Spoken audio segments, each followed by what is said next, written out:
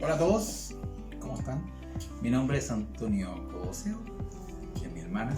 Estamos haciendo este podcast por un tema de una comunidad. Sí, una comunidad. Que queremos armar entre ambos. Soy tío de un niño con TEA, de autismo. Hemos investigado harto el tema y hemos queremos transmitir esta experiencia que no es menor. Es difícil de llevar como familia, como integridad, porque un niño no es distinto, pero hay que saber llevarlo, hay que saber llevarlo y hay que saber actuar un poquito distinto frente a él, que no es difícil, se puede. Ella, la madre, la lleva a explicar mejor que yo lo veo mucho menos. Mi sobrina, y la mamá está todo el día con ella, así que ella va a aportar mucho más que yo. Sí, la idea es que, bueno, yo soy Andrea Codoseo, somos hermanos. La idea es que, primero que todo, empezar esta comunidad para que todos juntos nos podamos ayudar. La información que tenga la otra familia me pueda servir a mí o viceversa. Más adelante se vienen algunas cosas entretenidas y una aplicación por medio, pero va a estar bien entretenido.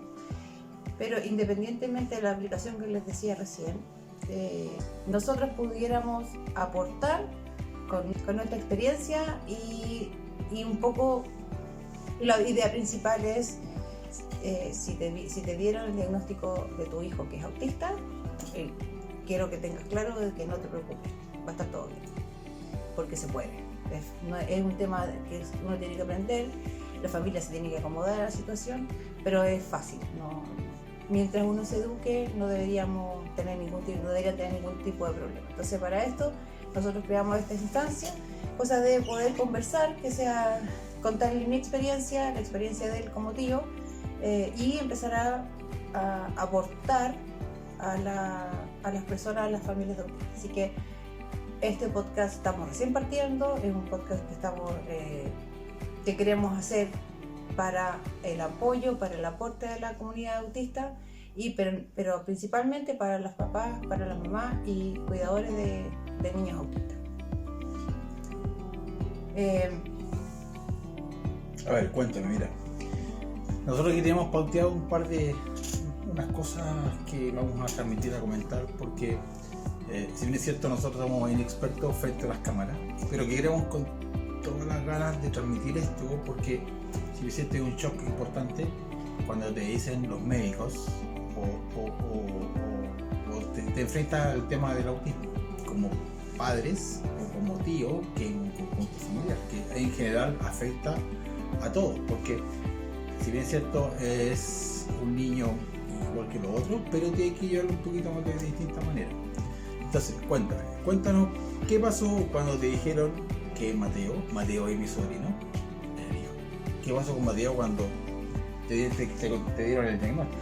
Mira, nosotros cuando partimos con todo esto era Mateo, porque mi Mateo no al año 8, y el Mateo tiene 6 años, vamos por 7 luego, al año 8 Mateo no respondía su nombre, era como que si fuera sordo. Para mí era raro, y yo agradezco haber tenido a Bruno, que es mi hijo mayor, porque Bruno obviamente no comparando, pero sí tenía parámetros, ¿sí? Y al tener parámetros sabía lo que podía hacer un niño de un año 8 meses, un niño de un año 6 meses, etc. Yo sabía eso. Entonces, al saber eso, yo veía que mi hijo Mateo no hacía lo mismo que yo.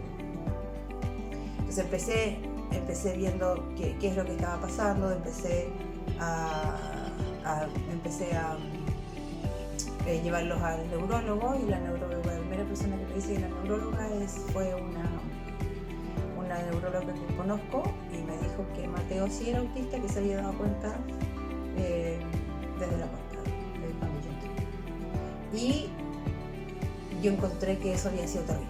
O sea, de primero uno odia, y les va a pasar a ustedes, o les pasó, que uno termina odiando al neurólogo que te dice la primera vez que te dicen que tu hijo es autista. Es el primer shock.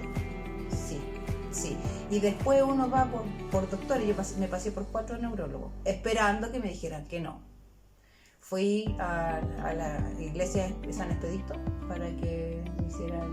Dije, sí, no quiero que sea autista, y si es autista, aquí necesito un milagro, porque ya me habían dicho que esto no se curaba y qué sé yo, no quiero que sea, necesito un milagro. Me fui a rezar allá, qué sé yo, no funcionó. Yo dije, me corto el pelo al cero y me quedé, tengo pelo largo. Entonces, que en base a eso, a esa información, empecé a buscar cómo ayudar a mi hijo, pero el impacto que a todos les pasa. El primer impacto que te dicen tu hijo autista es terrible, y viene la negación, que no puede ser. Y sí. Hay estudios que dicen que la primera persona que se da cuenta de que tu hijo, algo pasa con tu hijo, es la mamá, y la familia dice que no.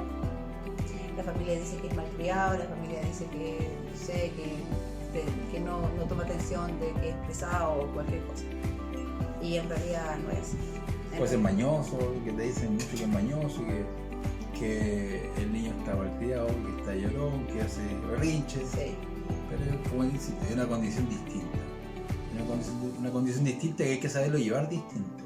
Claro, es que uno tiene que aprenderlo. Porque de todas maneras la crianza neurotípica es un poco automática. Entonces, por ejemplo, cuando Mateo, yo me daba cuenta que estaba pasando algo, era que yo estaba lavando la loza, un tema súper cotidiano, y Mateo se ponía entre lavaplatos y yo, y me empujaba, puros gritos y llantos. Yo así estuve, 3 meses, entre que algo pasaba, que me di cuenta que algo pasaba, y que me dieron la hora al neurólogo, 3 meses. Y en ese momento yo decía, ¿pero qué quieres? Lo miraba, ¿qué quieres? Y él tampoco me sabía decir. Sí. Entonces ahí fue difícil. Como les dije, me pasé por 4 neurólogos esperando que me dijeran que no, todos me decían que sí. Y lo que planteé recién era que la primera neuróloga que me dijo que Mateo era autista, la odié.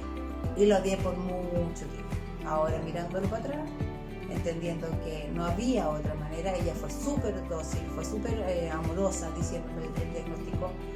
Claramente yo salí llorando ese día, pero no había otra manera, no tenía otra manera de decirme que mi hijo era autista. Así que mirándolo para atrás, después de 4 años ya, 4 años, 1 año y medio, ya tiene 7, va a decir 4 años y medio, 5 años y medio. 5 años y medio. Nada, se puede. Y uno va celebrando los logros, va celebrando las palabras nuevas. Mi hijo habla, pero no tanto. Mi hijo no dice, mamá, tengo hambre. No, mi hijo me dice comer. Mi hijo no me dice, mamá, tengo frío, porque en el chaleco me dice frío. Son palabras, hace con palabras claras. Ya, pero yo creo que eso lo vamos contando más adelante, porque Mateo hace 8 meses ha tenido una evolución importante, muy significativa, donde antes no hablaba, antes no enfocaba la vista, no hacía contacto visual con nadie, y puedo sentir orgullosamente que jugamos los dos cachipún y sabe quién gana y sabe quién pierde. Entonces, ahora tenemos contacto visual, no solamente lo sigue el tío, sino con todo su alrededor. Hay cosas que sí, indudablemente no le interesa y no pesca y no te mira. Pero cuando hacemos contacto visual, que yo lo hablo, en lo personal mío, yo lo hablo, y si no me escucha o no me pesca, yo lo hablo la segunda vez y me está pescando. Ya, pero eso también pasa porque me pasa a mí, que Mateo es súper dócil. Mateo no es un niño que sea terrible, gritón o qué sé yo, pero igual a la gente le tiene como miedo. Es que claro, porque ahí es donde queremos hacer esta cosa con estos podcasts, porque la gente le tiene miedo y no es tan terrible, sino que hay que saber conocerlo y saber enfrentarlo. Un tips: el otro día le dije a Mateo, tráeme un vaso, tráeme esto. Era una cosita, una cajita. Entonces, no me entendió. Y 2 veces, y la tercera que no entiende, no me pescó más. Entonces, Andrea viene y le dice, mira, le muestra la cajita, allá está, en el cajón, anda a buscarla. Y fui y me la trajo. Pero son pequeños tips que ella lo sabe, que ella los conoce, entonces queremos transmitirlo, porque son muy estructurados, son muy disciplinados, son muy... Es una cajita, si tú no sabes encauzarlo por ese camino de ellos, no te van a entender. Igual tengamos la diferencia de que el autismo es distinto. en todos los niños. No existe un autismo, sino que son niños o personas. Pero volvemos, hay que aprender a conocerlo. Sí, pero me pasa también que por eso te decía, la gente igual le tiene miedo, porque Mateo como no habla, entonces se enoja y grita. Lo primero que hace es gritar. Y mi hermano y otras pocas personas, claramente en mi casa sí pasa, pero si, no sé, se pone a gritar y le digo, ¿pero por qué gritar? No es necesario, o cualquier cosa, y como que ahí quedas allá. Pero cuando en la calle, cuando o no sé, amigos, qué sé yo, cuando él grita, como, ya, sí, toma. Y es como, claro. Sí, le tienen miedo. Entonces, pero por eso, en base a mi hijo, yo puedo decir que podemos manejarlo así, pero ahí tenemos súper claro de que hay otros casos que son diferentes. Y finalmente la familia lo quiere conocer. Pero, insisto, este podcast y esta información que vamos a empezar a hacer ahora es para un poco informar, educar y a buscar una comunidad, cosas de que nosotros, todos los papás autistas, podamos ayudarnos entre sí. Nada más, ¿sí? Y sentirnos apoyados.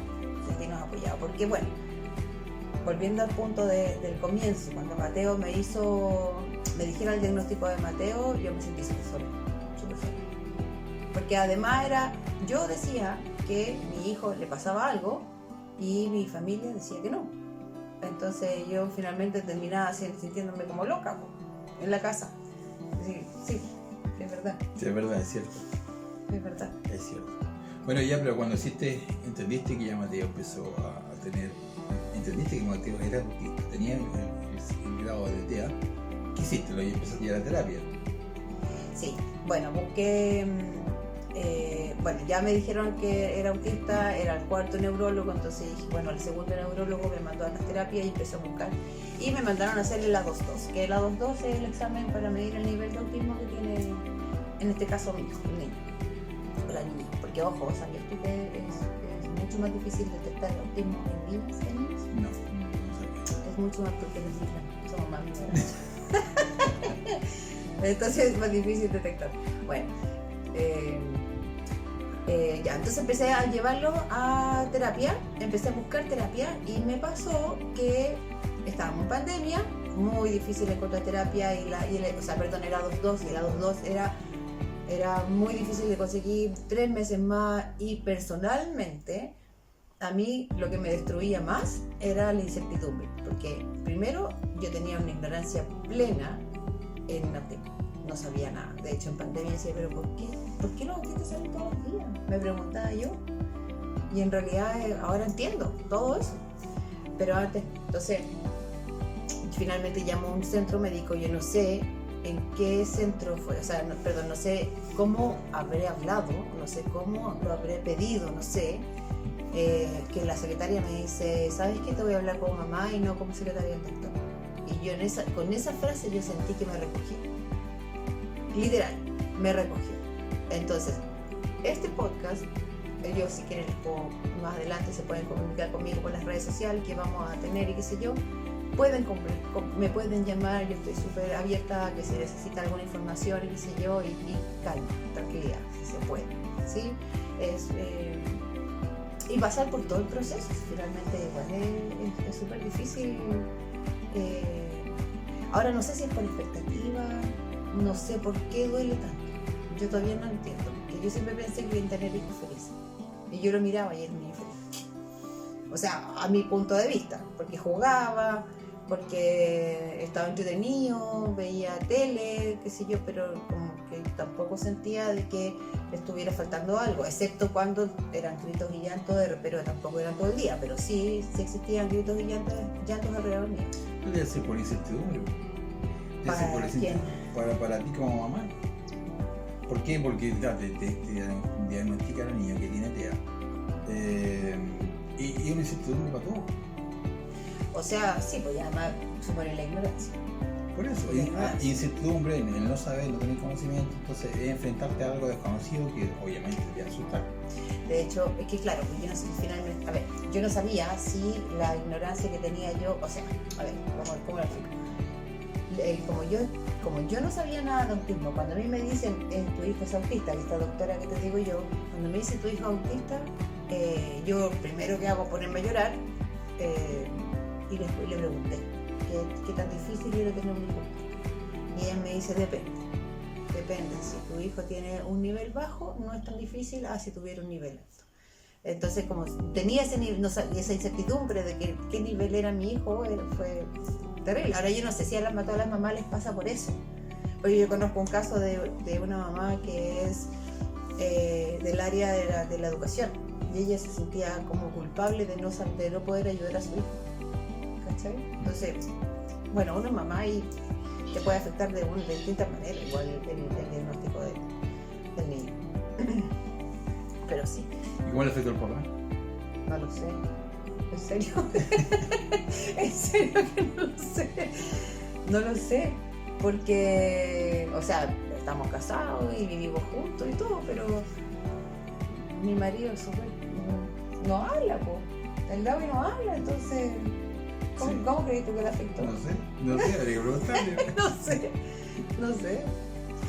O sea, yo creo que sí le tiene que haber afectado de alguna otra manera, pero no, nunca tan. Yo siento que nunca tanto como a mí. Pero en lo personal mío, como tío de él, no me afectó tanto, de verdad que no. Porque nunca lo vi como un niño distinto. Siempre lo vi como algo extraño tiene, sí. Pero hay que entenderlo y hay que saber llevarlo. Hay que saber llevarlo y hay que saber encauzarlo. Entonces, claro, tú vas a asunto con el niño, pero tú le decías, ¿qué te pasa? Y conversáis con él, mirándolo a los ojos, él te explica, de alguna manera se entiende, te hace entender, y listo, se acabó la berrinche, el problema. El problema que se presenta, y listo. Entonces, claro, asusta, sí asusta, pero no es tan terrible, hay que saber entenderlo. Hay que educarse. Hay que obviamente educarse uno. Por eso, a raíz de los capítulos de este podcast y a través de las redes sociales hemos investigado harto con la Andrea, con mi hermana, y hemos encontrado que esto se puede, tiene avance. No tienen problema. Ya, pero ojo, sí, tiene avance. Pero es súper importante destacar que mi manera de enfrentar el autismo de Mateo fue estudiar, porque yo soy ingeniero comercial, no tengo nada que ver con educación ni con salud. Entonces, como tenía esa ignorancia, lo único que yo podía hacer era entender y estudiar, porque tampoco entendía a mi hijo. Entonces tenía que buscar por fuera la información que mi hijo no me la daba. Obvio. Entonces me puse a estudiar y me empecé a educar, y ahí descubrí, por ejemplo, de que una de las cosas que es muy importante es que no la puedes soltar. ¿Por qué? Porque si, por ejemplo, te hacen el A2-2 y te dicen, tu hijo es grado 2, si tú al niño lo dejas al libre albedrío, por decirlo así, el niño puede retroceder, puede tener un grado 3. Y si lo estás encima y viendo de las terapias, porque hasta ese momento yo lo que podía hacer, lo que tenía a mi alcance, porque lo que finalmente la información que me había llegado hasta ese momento eran terapias, y que hasta el día de hoy tratan el autismo así, terapia y psicotrópico. Gracias a Dios mi hijo no tiene psicotrópico, pero sí eran terapias. Y porque además recordemos que los niños tienen hasta los 8 años la segunda poda neuronal. Entonces el cerebro sigue siendo súper flexible y esto no lo puede ser. Entonces yo siempre fui súper estricta y a mí nadie me preguntó si yo quería ir al colegio. Nadie me preguntó si yo me quería quedar en una extra programática. Me tenía que quedar en la extra programática. No sé si se llaman así. No sé. A mí nadie me preguntó si yo quería jugar básquetbol. Yo me puse a jugar, pero me cachai, entonces yo a él tampoco le pregunto. O sea, eso es parte de su vida. Y va a tener que ser parte de su vida para siempre. Es una cosa de enseñanza, una cosa de aprendizaje con el tiempo y de perseverancia, disciplina. Sí, pero sabéis lo que sí, un consejo de verdad a los papás que pueden, porque convengamos que son caras las terapias, pero los papás que pueden, que busquen especialistas, porque una terapia ocupacional normal a una terapia ocupacional es de especialista, se nota la diferencia. Con lo mismo con el fonoaudiólogo, con lo mismo con el psicólogo, se nota la diferencia. Entonces, mi consejo número 1, ok, te diré el diagnóstico, tranquilo, no pasa nada, empezar a estudiar. Ese es el consejo número 1, empezar a estudiar, a entender, a educarse. Y consejo número 2, no soltar al chiquillo y tratar de que sea, o chiquilla, sí, tratar de que sea como especialista. Porque, por ejemplo, cuando yo empecé con todas estas terapias, la llevaba una terapeuta ocupacional y que claro, pues en ese momento Mateo tenía 2 años y a los 2 años era tu turno, juguemos, yo juego contigo, pero me toca a mí, qué sé yo, y el otro gritaba, pataleaba, no sé qué, se tiraba al suelo y dice, calmado, no pasa nada, no sé qué, y esa era la terapia. O, no sé, pintemos, ya me toca a mí, qué sé yo. Eso se llama disfrute en conjunto, algo así se llama. Pero cuando me fui a la terapeuta ocupacional, la terapeuta que es la Debbie, que yo adoro la de Debbie, que es la terapeuta de Mateo, ella me explicó que, porque lo primero que hizo con Mateo fue colgarlo del techo, literal, lo colgó del techo. Tiene unas lycras pegadas en el techo y lo ponen ahí, entonces lo empiezan a mover, y lo mueven para un lado, lo hacen contar y qué sé yo.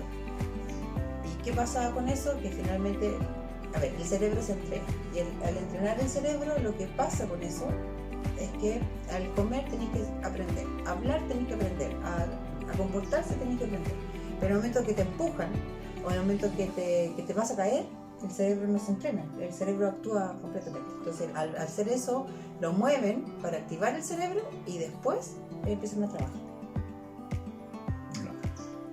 Sí. Entonces eso también es importante que se entienda, que hay que ir con un especialista, porque se nota la diferencia. Bueno, y cuando se amarrean al Mateo, ¿qué le activan? ¿Le activan el cerebro? ¿El cerebro? Sí. ¿La neurona? Sí. No sé, ni lo he explicado, no le he preguntado muy detalladamente a la Debbie, pero yo sé que el cerebro se activa, igual que encima me dice, que salte, que corra, que se cuelgue, que ocupe sus músculos, y porque también hay una parte de los autistas que no entienden que existen, no saben que tienen un cuerpo. Entonces el hecho de moverse también hace que sepan, se conozcan. ¿Sí? Ya. Entonces, en el momento de moverlo, en el pegado desde el techo, sí activan el cerebro y de ahí empiezan a trabajar. Es súper interesante. ¿Y esa terapia cada cuánto tiempo la hace? Yo por una vez a la semana. Una vez a la semana. Una vez a la semana. Y una vez a la semana me voy para Viña porque somos de Casablanca. Pero no les habíamos dicho eso. Una vez a la semana me voy para Viña y estoy toda la mañana con el Gabo, que es fonoaudiólogo especialista, y con la terapeuta ocupacional. ¿Los dos? Con los dos. El mismo día, pues si no. Sí, tampoco hay bolsillo que aguante, si ya sabemos que la terapia son caras, pero imagínate benzina para allá. Ya, fonoaudiólogo, entonces así 2 terapias. ¿Y en la semana? No, pues todos los jueves, terapeuta ocupacional, fonoaudiólogo a las 10:30, al cuarto a las 12, terapeuta ocupacional. Ok, y el día viernes o el fin de semana, el día lunes, martes, ¿qué? No, pues, en la casa. ¿En la casa? Sí, pero uno tiene que ser súper consciente igual. Uno tiene que estar súper consciente de por ejemplo, a mí el Gabo me dijo que hay cosas que uno no entiende o no sabe. Si tú le estás enseñando a hablar a tu hijo, cuando te hable, ponle atención. Porque la maternidad es uno hace miles de cosas en la casa, que estés cocinando, que estés regando, que no sé qué, estés trabajando, y como que me pasaba con Bruno, que Bruno, mamá, entonces yo no puedo no ponerle atención al Mateo si quiero que me hablen, ¿me cachai? Sí. Porque si después dice, pero ¿para qué le hablo si no me contesta? Pues claro. Ya, esas cosas son cosas que uno suenan como de perogrullo, pero no lo son. Hay miles de cosas que suenan de perogrullo, pero no lo son. Sí. Ya, y en cuanto al colegio, ¿el Mateo va al colegio? Sí. ¿Colegio normal? Va a un colegio público con PIE. Sí, el PIE, sí. ¿Qué es el PIE? El PIE es el programa de interacción escolar. Significa que todos los niños que puedan tener alguna dificultad, que necesiten fonoaudiólogo, psicopedagogo, psicopedagogo o terapeuta ocupacional, todas estas terapias que son, porque ojo que la terapia ocupacional tampoco vale mucho la pena, o hay que hacer la diferencia entre la terapeuta ocupacional del colegio y la terapeuta ocupacional personal, digo, porque la terapeuta ocupacional te enseña a comportarte en la escuela, pero no en la calle. No en la calle. No es lo mismo. No es lo mismo. El fonoaudiólogo, porque todo eso va enfocado a la parte académica. Y en cambio la parte de afuera, la terapia ocupacional, es más social, como comportarse en la sociedad, y la terapia ocupacional del colegio va directamente en el colegio, enfocado hacia el colegio. Sí, entonces hay días que Mateo recibe terapia, recibe ayuda en el colegio también. Va a terapia ocupacional, va a fonoaudiólogo y va a una psicopedagoga. Pero Mateo va a clase todos los días. Sí, pues va, claro.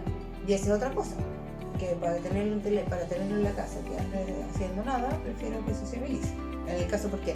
Porque, por ejemplo, yo lo llevaba al colegio público, que es un muy buen colegio. Yo lo llevaba a este colegio y a todo esto sacarlo, porque cuando me dieron el diagnóstico lo primero que hice fue buscarle un Montessori. Entonces, ¿por qué? Porque por mamá, por susto, quería que estuvieran protegidos, y la educación Montessori era de ese tipo de protección y qué sé yo. Y ¿Qué antiguo que no? El fonoaudiólogo me dijo, sácalo urgente. Y justo fue en noviembre, en el proceso de que tenía que postularlo en el colegio público. Matricularse en el colegio público. Sí. Y cuando hablo de colegio público, hablo colegio que tenga PIE, porque los colegios privados no tienen PIE. Y si uno quiere una terapeuta en el colegio, en el colegio privado, uno es igual. ¿Y es gratis el PIE? Sí, es gratis el colegio. Sí. No, ¿tenéis todos los profesionales? Sí, y son súper buenos. Son súper buenos. Entonces, lo recomendamos 100% por el terapeuta ocupacional de Mateo, que te dijo el fonoaudiólogo. Llévalo a colegio público urgente. Con la finalidad que aprenda a sociabilizarse. Sí, porque además sácalo del Montessori. ¿Por qué? Porque el Montessori, yo tengo alumnos en el Montessori, yo lo explico que son mucho más libres, que si el niño tiene que leer un libro y lo quiere leer de guata, lo lee de guata. Pero Mateo necesita una estructura diferente. Entonces, al tener esa estructura diferente, Mateo fue una de las mejores cosas que hizo. Llévalo al colegio público. Sí, es verdad.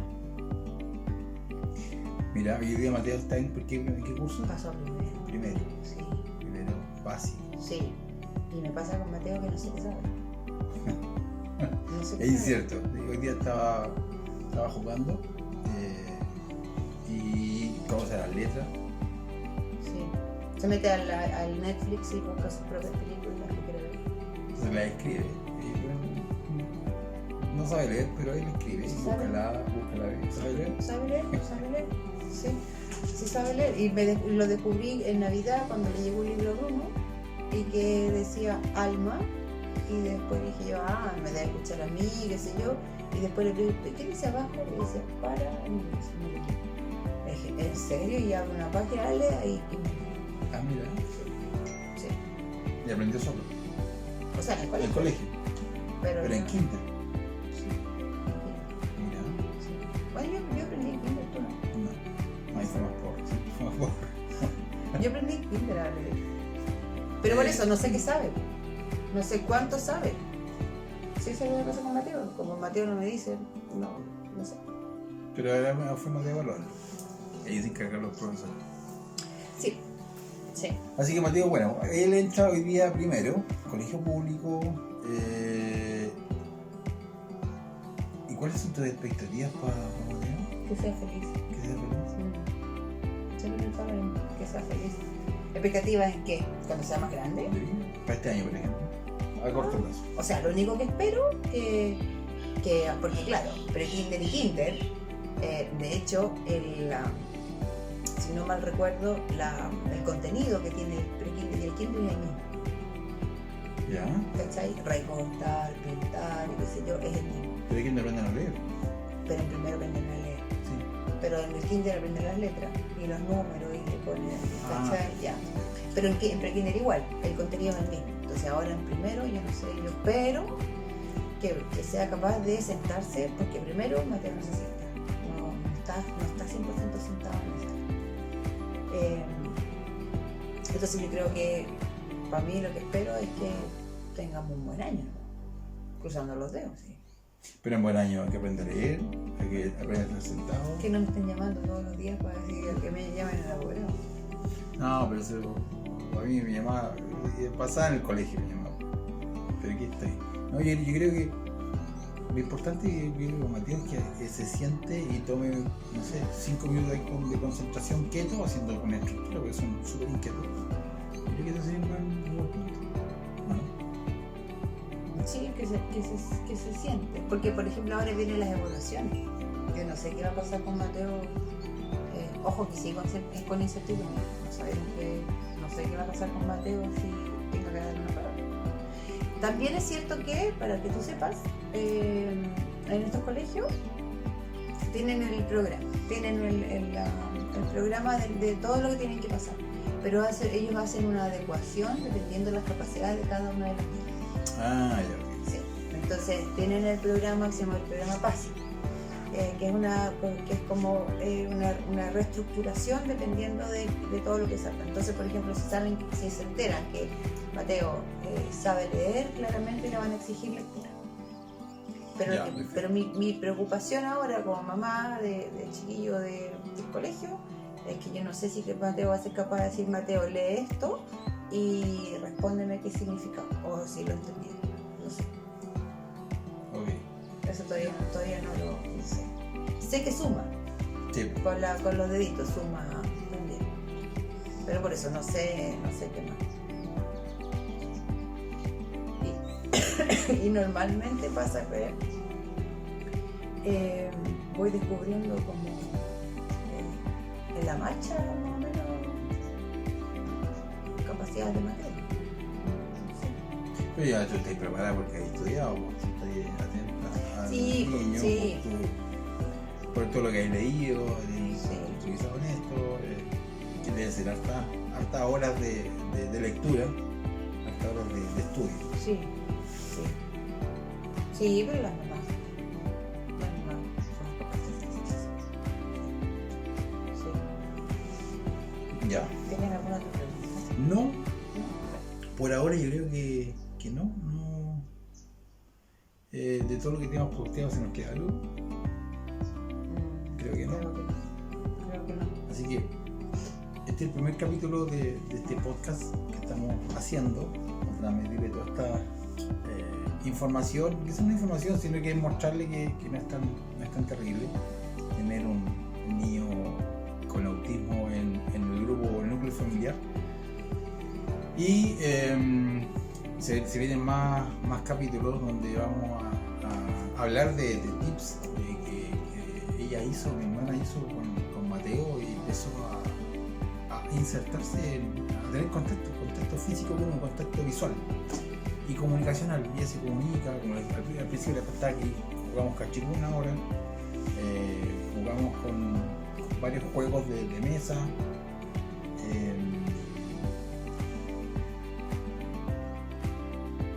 Estamos ahí trabajando con él. ¿Están soplando algo? Sí. El tema de alimentación. Sí, pero hay un tips importante que el tema de que la evolución de Mateo, en toda esta investigación que hemos hecho, que ha leído, hemos dado cuenta que hay un tema importante con el tema de alimentación, un tema de conocerlo, de lo que decía recién, que si queréis que hable, escúchalo, ponle atención y conversa con él. Sí.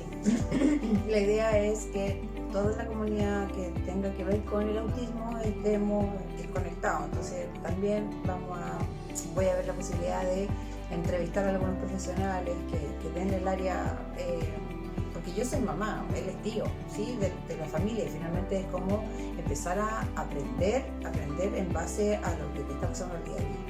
Pero también es importante entender el punto de vista del profesional. ¿Sí? Por ejemplo, me decían siempre que tengo 2 hitos importantes con Mateo que se los voy a nombrar. Uno, que me acaban de soplar, el tema de la alimentación. Es muy importante el tema de la alimentación porque va netamente ligado el autismo con el intestino. Entonces, a los niños autistas no hay que darles ni leche, ni gluten, ni azúcar, y evitar el procesado. ¿Sí? Y lo otro, que es importante entender, que sean las pantallas. Y las pantallas, 0 pantallas. Y a mí también me decían, Andrea, las pantallas, qué sé yo, sí, yo 2 horas, no te preocupes. Pero con esas 2 horas, el Mateo tenía el mismo comportamiento. Hasta que se portó mal y le quité la pantalla, completamente. Entonces, siempre digo lo mismo. Cuando a Mateo yo le quité la alimentación, o sea, le cambié la alimentación sin gluten, sin leche y sin azúcar, porque así partí, Mateo se conectó y empezó a hablar a los 4 años.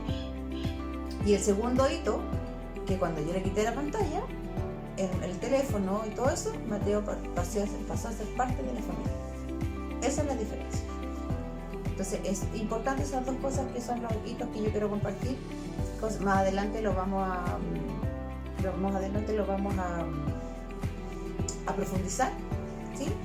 Pero eso, entonces se vienen los especialistas, se vienen los puntos de vista de médicos, ojalá que tengamos el médico por ahí, y se viene el tema también, como vamos a profundizar el tema de las pantallas, ¿sí?